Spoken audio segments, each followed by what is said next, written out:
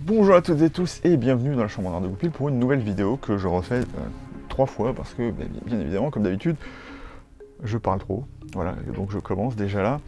Donc pour commencer, hein, c'est une vidéo sur les 7 défauts du Canon EOS R6, donc avant de directement disliker, hein, ce qui arrive, hein, il y en a ils dislike sans dire pourquoi. L'appareil photo, je le possède, je le trouve très bien, mais il a des défauts, donc le prenez pas mal si vous avez un EOS R6 et que vous voulez pas en entendre parler. Ne regardez pas la vidéo ou essayez de considérer les défauts pour ce qu'ils sont et peut-être que ça vous aidera à comprendre les petits problèmes que vous avez avec le Canon EOS R6. Donc on va aller là-dedans.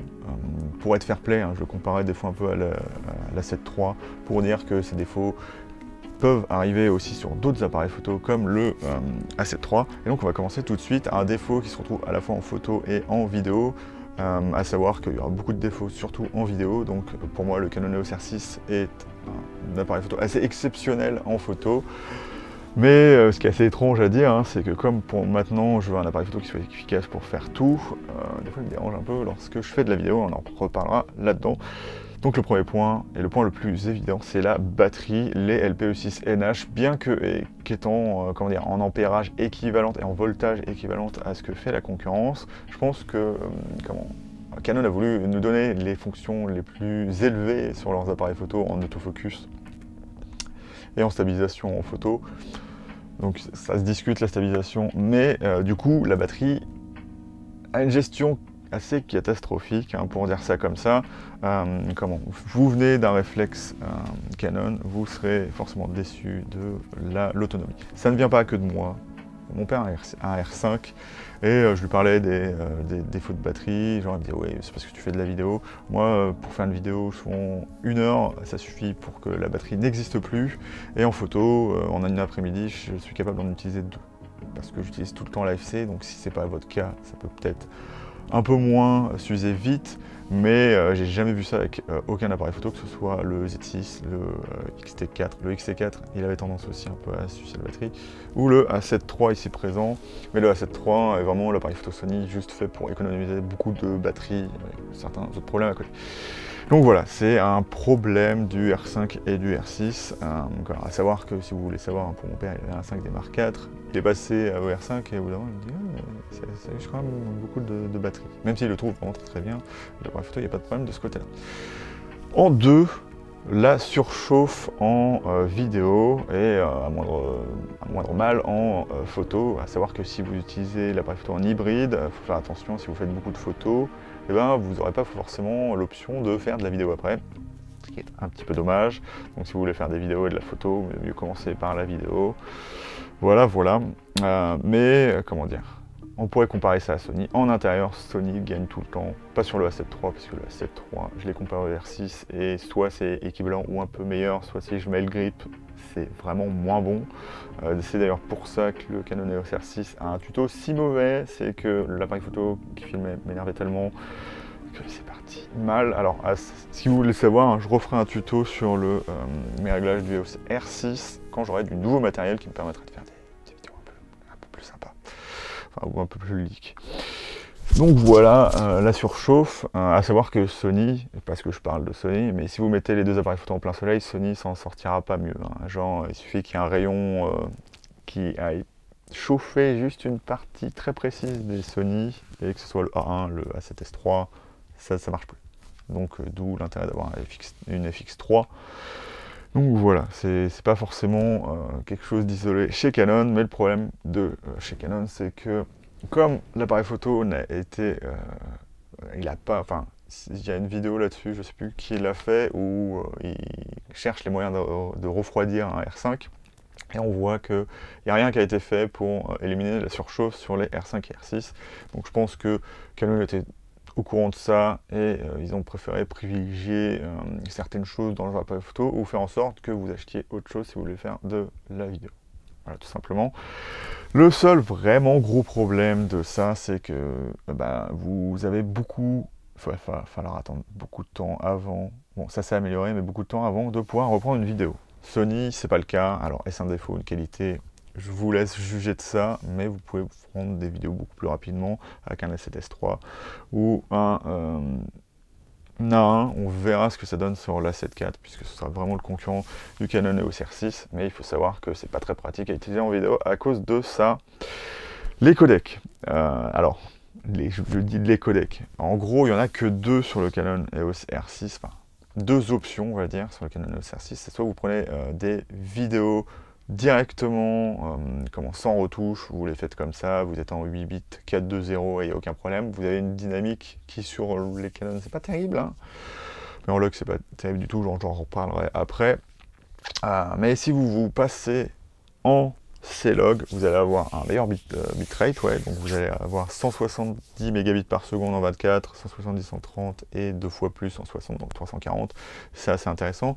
En profondeur de couleur, 10 bits et 4.2.2. Alors c'est un problème parce que c'est très difficile à lire. Première arrive à peu près à le lire correctement si je fais rien à côté, enfin, personnellement, mais tout ce qui est lecteur standard, type Windows, VLC ou n'importe quoi, c'est très compliqué à lire et c'est un peu embêtant. Moi, ça m'embête parce que si je veux voir directement si j'ai des problèmes dans une vidéo et recommencer, c'est le A7 III que je prends parce que le format est certes compressé mais il est beaucoup plus facile à lire puisque c'est du 4.2.0 8 bits. Alors que avec le H265, c'est tout simplement impossible avec le R6 et donc ses super qualités en vidéo, à savoir son bitrate et sa profondeur de couleur, si vous voulez les garder, il va falloir transcoder dans des formats qui sont très très lourds, donc ça vous met du temps. Et donc moi ça m'est arrivé, la dernière fois, c'est la première fois que je faisais ça, essayer de garder la qualité du R6 tout en me mettant dans un format qui serait très facile à lire pour l'ordinateur que j'ai derrière là. Donc je me suis mis en DNX 10 bits. Donc, je ne sais plus lequel exactement, donc le fichier était très gros, donc ça a été compliqué de ce côté-là. Et pour m'apercevoir au final que le son, je l'avais mal réglé dans le R6, à savoir que là il est très bien réglé pour le micro, sauf qu'il faut que je refasse mon réglage du R6, parce que je crois que j'ai oublié que je l'avais réutilisé sans le micro. Enfin bref, voilà, il m'a fallu un moment avant de m'en apercevoir, et donc ça ne serait pas arrivé avec le A7 III. Donc en termes de flexibilité, le A7 III est un peu meilleur de ce côté-là. J'aurais aimé qu'il y ait un log compatible H264, ce qui n'est pas possible. Si vous prenez le R5, c'est le même problème parce que bien qu'il y ait de l'Oli, du Oli, du All-Intra, donc avec beaucoup moins de compression, puisque si vous ne savez pas l'IPB ou le Longop, tout ce qui va être fixe derrière moi, là, sur le A7 III par exemple, ça va être remplacé plus ou moins par une photo et en gros il va recalculer que ce qui bouge dans l'image. Ce qui permet d'économiser je perds mes mots aujourd'hui, bien évidemment de la mémoire, voilà, tout simplement. Et donc, du coup, avec le R6, c'est un petit peu compliqué de ce côté-là. Donc j'espère que vous avez un peu compris ce que j'ai dit, parce qu'au bout d'un moment, je me perds dans mes explications. Donc désolé de ce côté-là. Le problème en 4, et donc, je vais certainement pas faire des heureux, ou ils vont peut-être pas comprendre ce que je dis, le log Canon, le C-Log à 11 de dynamique. Alors, je me suis intéressé récemment au log et ce qu'il fallait pour avoir un log correct, et c'est de la dynamique. Donc, Sony, avec ses 15 de dynamique, à savoir que c'est pas de la dynamique utilisable, mais on a quand même la latitude pour pouvoir travailler avec. Le C-Log, c'est 11 diaph de dynamique, et vous êtes bloqué sur ça, hein. L'appareil photo, on le sait très bien, en vidéo, il peut faire bien plus que 11 diaph de dynamique. Sauf que là, c'est pas possible, et donc c'est très dur de faire un log correct avec 11 de dynamique. Et donc le syndrome de ce R6 en C-Log, et c'est la même chose avec le R5, donc Canon, donnez-nous un C-Log 2, qui va être, je crois qu'il est autour des 13-14 de dynamique, et le C-Log 3, c'est un hybride entre les deux, donc pas le C-Log 3, le C-Log 2 s'il vous plaît. Et du coup, lorsqu'on retouche le log, ça nous donne pas un résultat de log. En gros, normalement, tout devrait se lever en même temps, en fait. Voilà. Et après, lorsqu'on recontraste, on devrait avoir les noirs qui redescendent, et si on fait ça bien, les hautes lumières qui restent là où elles sont. Voilà. Enfin, vous calez un endroit et vous faites en sorte de recontraster un petit peu, ou vous faites juste de la courbe, et après vous appliquez votre lutte, parce que la lutte, ça s'applique après avoir fait les corrections de luminosité. Sur l'R6, on reste vraiment très très bas dans les noirs, et on est obligé du coup de dégrader l'image pour avoir des blancs qui sont corrects. C'est un petit peu dommage de ce côté-là. Voilà. Le point numéro 5, je reprends la respiration, et puis c'est la troisième fois que je refais la vidéo. Donc le point numéro 5, on n'a pas de possibilité de changer de carte à la volée. Alors si vous savez comment ça marche, ça c'est très sécurisé pour faire de la photo, hein. Donc à chaque fois que, par exemple, on va l'allumer, voilà. Hop, il est allumé. Je vais vous montrer ce que c'est. Ouais. Mais dès que vous ouvrez, et voilà, l'appareil photo s'éteint. C'est pareil, je crois, pour la porte de batterie. Voilà. Donc, vous ne pouvez rien faire pour changer de carte en plein milieu de votre vidéo. Donc, c'est un petit peu dommage. Certes, on a cette limite de 30 minutes qui, de toute façon, nous limite dans ce qu'on peut faire. Mais c'est un peu dommage. Donc, la seule chose à faire, si vous voulez avoir quelque chose d'intéressant avec ça, c'est bien évidemment d'utiliser un enregistreur externe. Ce que je vais faire pour voir ce que peut donner le R6 de ce côté-là. Et je pense que là, ça donnera de la qualité, au moins en termes de ce que ça peut faire en bitrate et tout ça, un peu meilleur que le A7 III, on verra ça.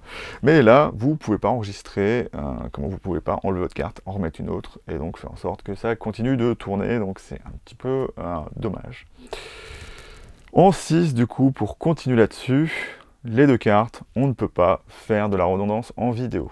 Donc, je pense savoir à quoi c'est dû, et le problème c'est que toutes les gammes d'appareils photo sont faites pour pas s'écraser les unes les autres, donc on comprend à peu près voilà, l'établissement d'une gamme, on se dit j'aimerais bien avoir ça, mais il va falloir que je paye plus cher. Canon vous le montre directement en vous montrant non, ça le fera pas parce que l'autre le fait pas. Et le problème avec le Canon EOS R6, c'est que pourquoi on n'a pas de doublon? Parce qu'on n'a pas de doublon sur le R5. Sur le R5, c'est compréhensible, mais on aurait pu avoir certaines options de pouvoir faire de la redondance, notamment dans les modes 4K qui n'ont pas besoin de la CF Express type B. Parce qu'on a la CF Express type B, et le désavantage d'avoir une SD en plus, c'est que c'est peut-être plus pratique lorsque vous n'avez pas d'argent, sauf que le problème, c'est que vous ne pouvez pas faire du 8K, à savoir que le 8K du R5 est censé être le meilleur qui existe, hein, puisqu'il y a 1300 mégabits par seconde. C'est pour ça, à mon avis, qu'il surchauffe un petit peu.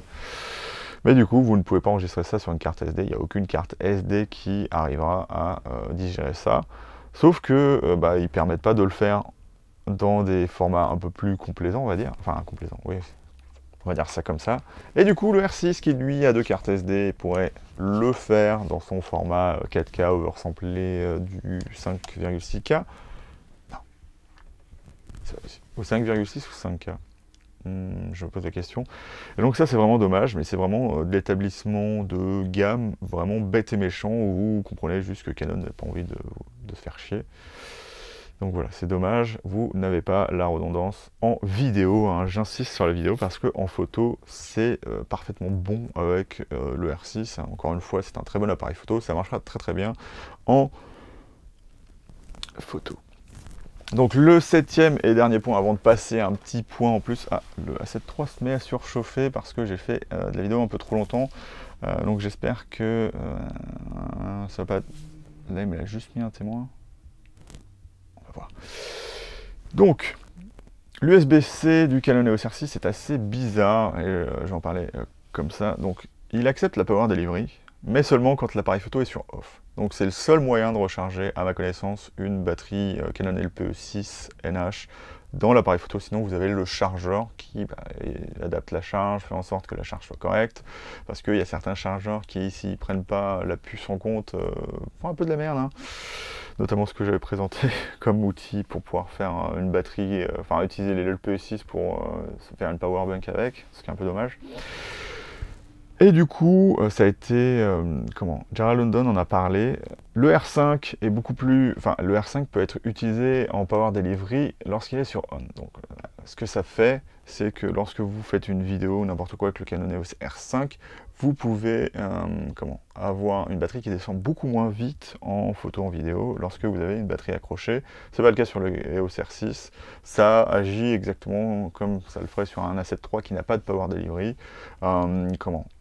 Ça étend un peu la durée de vie, mais c'est pas fou, quoi. C'est vraiment pas fou. Et donc ça se ressent aussi à un autre niveau, c'est que dès que vous allez brancher votre ordi sur, votre appareil photo sur l'ordi, je pensais que c'était que mon exemplaire qui avait ce problème-là, donc je me suis dit bon, voilà. moi j'aime pas me faire chier, donc je me suis dit, comme je peux le sortir via mon lecteur de carte, il n'y a pas de problème.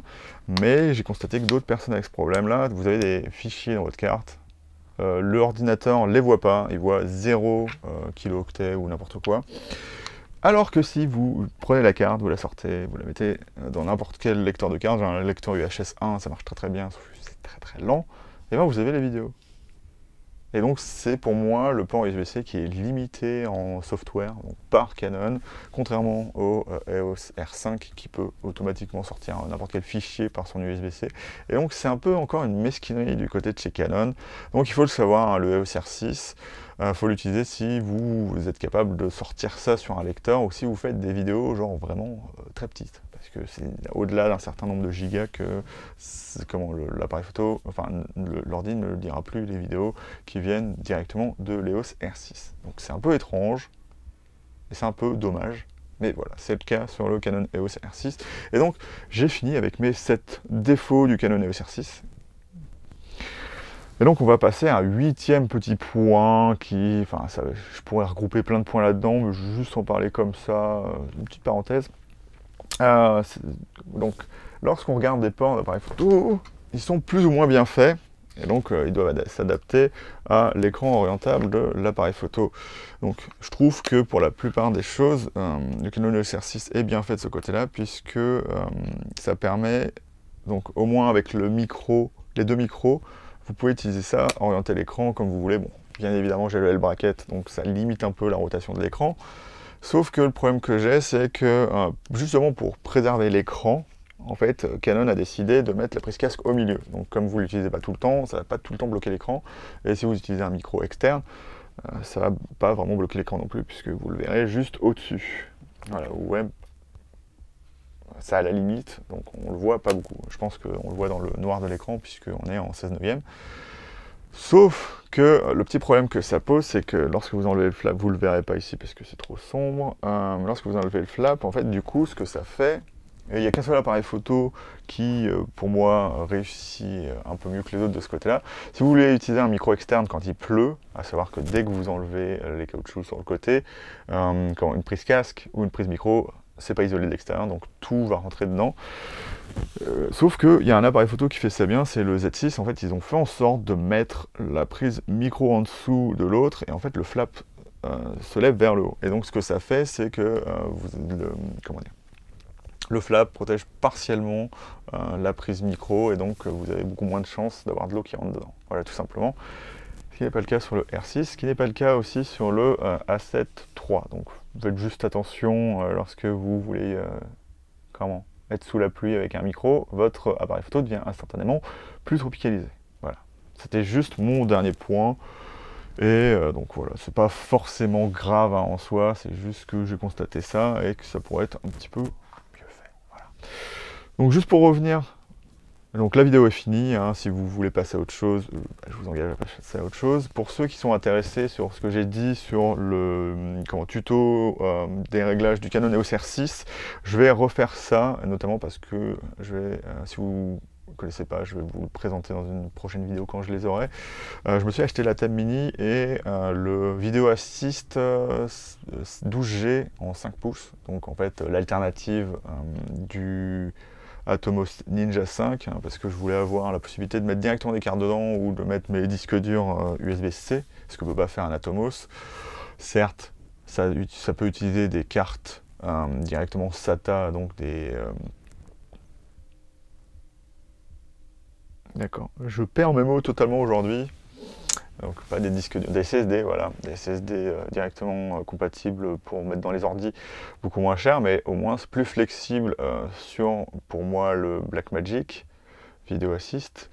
Et donc éventuellement, si un jour Sony ou les autres se réveillent, on pourra faire du Blackmagic RAW sur ça. Donc on a du ProRes et du DNX, et donc ça me permettra de sortir puisque la Tab Mini c'est un outil pour faire des lives, mais ça me permettra de sortir directement du flux vidéo de mon ordi, de l'écran arrière du R6 pour le coup dans cette vidéo-là, et me filmer avec le A7 III et pouvoir switcher entre chaque truc et directement l'enregistrer sur le vidéo assist de chez Blackmagic. Donc voilà, ça te donnera une meilleure vidéo, je pense, que l'autre que j'ai faite sur le R6, donc je vais pas trop vous infliger ça. Elle restera quand même en ligne, mais voilà. Donc sur ce, je vais vous dire salut et à bientôt dans la chambre noire de Goupil. Si vous êtes resté jusque là, je vous engage à aimer la vidéo. Vous pouvez vous abonner, mais je pense que si vous êtes resté jusque là, c'est que vous êtes déjà abonné. Donc je vais vous dire salut et à bientôt dans la chambre noire de Goupil.